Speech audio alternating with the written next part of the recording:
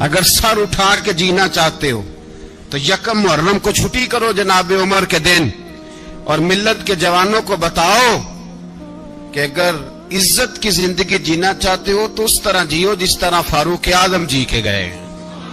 عزت اور وقار کی زندگی، جمہوریت حضرت عمر سے سیکھنی پڑے گی، حکومت کرنے کے طریقے حضرت عمر سے، رعایا کو سیکھنا پڑے گا کہ امیر کس طرح بنایا جاتا ہے اور امیر کس طرح کے ہوتے ہیں۔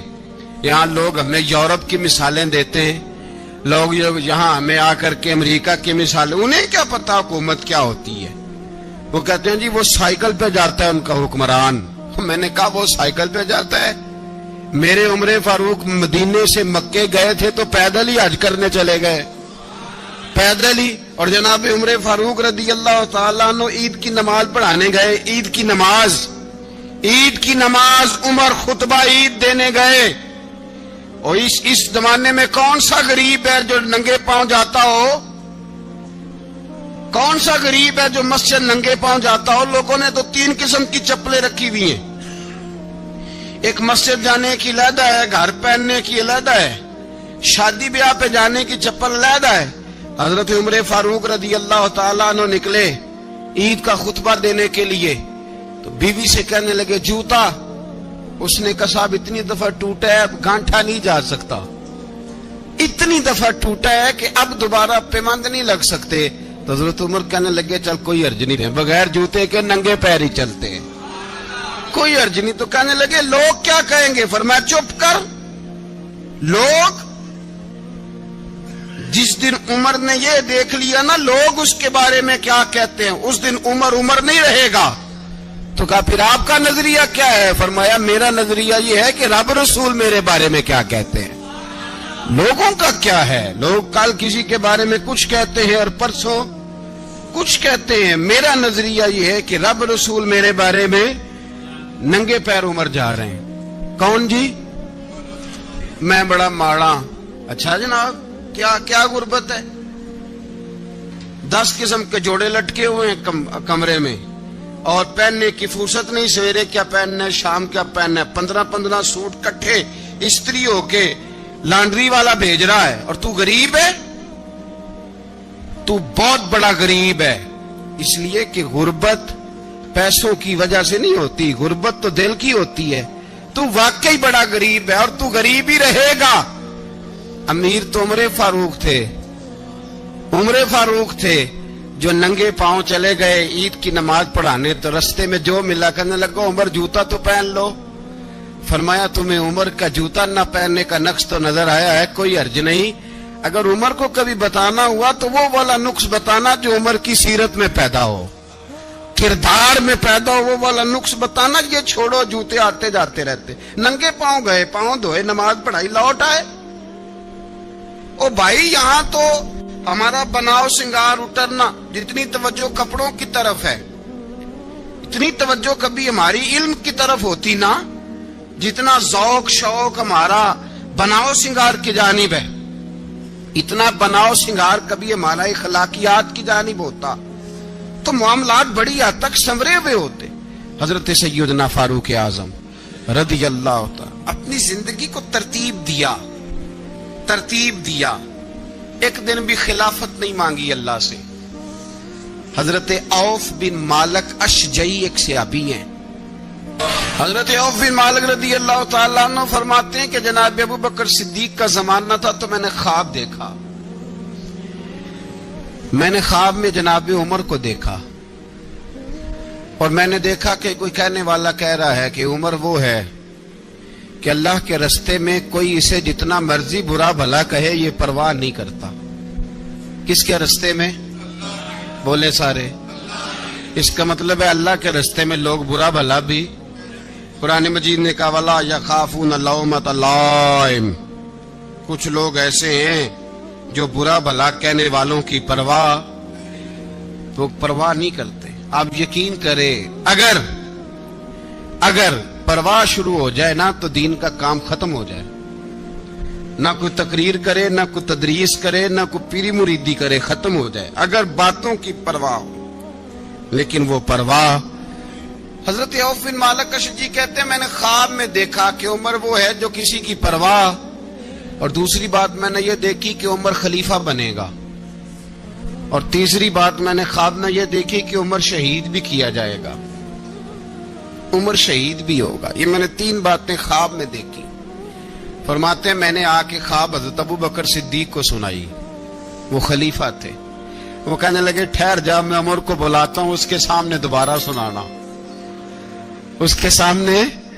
فرماتے ہیں میں نے بلایا حضرت عمر فاروق کو، آ کے بیٹھے، خواب شروع ہوا۔ کہ ایک بات تو میں نے یہ دیکھی کہ آپ ملامت کرنے والے کی پرواہ نہیں کرتے، دوسرا آپ خلیفہ بنے گے۔ جناب عمر کہنے لگے چپ کر، ابو بکر کے سامنے ہی کہہ رہا ہے، چپ کر، خلیفہ کے سامنے ہی کہہ رہا ہے۔ تو حضرت ابو بکر صدیق کہنے لگے عمر اسے کہنے دو، مجھے لگتا ہے رب کی رضا یہی ہے کہ میرے بعد اگر مصطفیٰ کا منبر ملے تو عمر کو ہی ملے، اسے کہنے دو، کہنے دو۔ یار یہاں تو لوگ ڈینگے مارتے ہیں، یہاں تو لوگ دعوے کرتے ہیں میرے سامنے فلانے کو بھی بٹھاؤ، فلانے کو بھی بٹھاؤ، اس کو کیا پتا، اس کو کیا پتا، یہ تو بڑکے مارنے کا دور ہے۔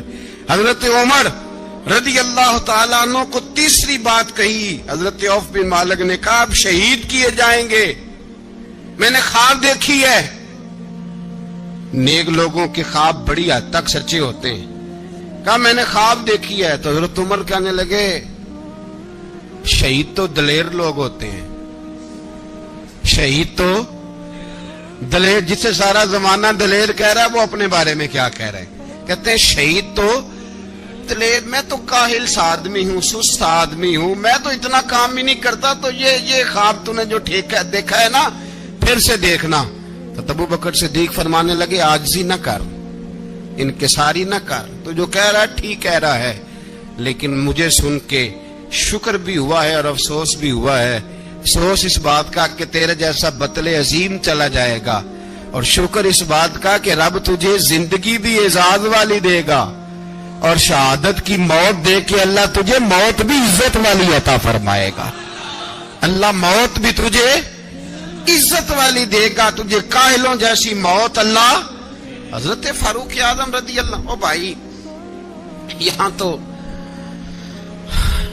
اس زمانے کا سب سے بڑا مسئلہ پروٹوکول ہے۔ لوگوں کو پتہ ہوتا ہے کامل پیر ہے، کامل مرشد ہے، لوگ نہیں جاتے۔ میں کسی کا مرید ہو جاؤں، میرا پروٹوکول کدھر گیا؟ پتہ ہوتا ہے یہ کامل استاد ہے، میں اس کے پاس بیٹھوں گا تو میری تربیت کرے گا، لیکن لوگ شاگرد نہیں بنتے۔ میں کدھر گئی؟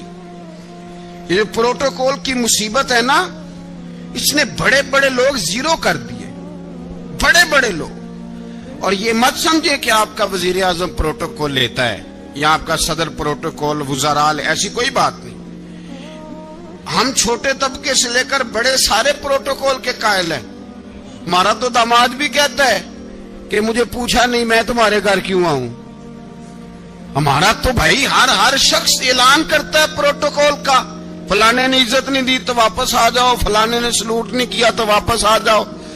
لوگ جہاں سلوٹ کرنا چاہیے وہاں بھی سلوٹ کرانے کے قائل ہیں، پر حضرت عمر رضی اللہ تعالی، حضرت عمر کی سادگی اور پھر جناب عمر کی عاجزی، جب انسان اپنے اوپر سوار کر لیتا ہے نا، سوار کر لیتا ہے، میں بدکار پرانا خادم، کسے در ملی نہیں ٹھوئی، اتواسف یار نے نظر جو کی تھی تے واسف ہی ہو۔ میں اکثر سوچتا ہوں حضور نے جہاں بھی کہا نا، فرمایا میرے بعد نبی ہوتے تو خطاب کے بیٹے عمر ہوتے۔ حضور نے فرمایا عمر جس رستے سے جاتا ہے شیطان وہ رستہ بدل جاتا ہے۔ نبی پاک صلی اللہ علیہ وسلم نے فرمایا میرا عمر وہ ہے کہ اس کی زبان پر حق جاری ہے۔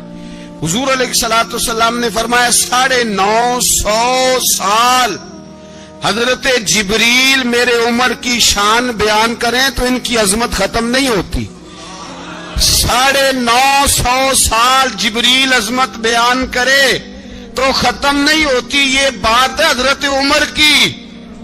اور فرمایا عمر ابو بکر کی نیکیوں میں سے ایک نیکی ہے، یہ شان ہے عمر فاروق رضی اللہ تعالیٰ عنہ کی۔